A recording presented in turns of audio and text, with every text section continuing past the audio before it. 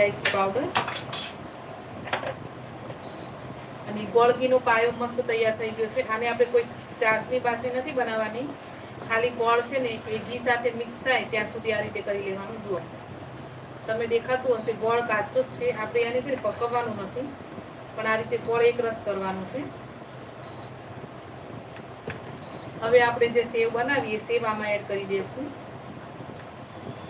તો આવું મતલબ આવી સેવ કોના કોના ઘરે બને છે દોસ્તો કોમેન્ટ કરીને કહેજો મને. આ રીતે સેવ કોના ઘરે બને છે કોમેન્ટ કરજો મને.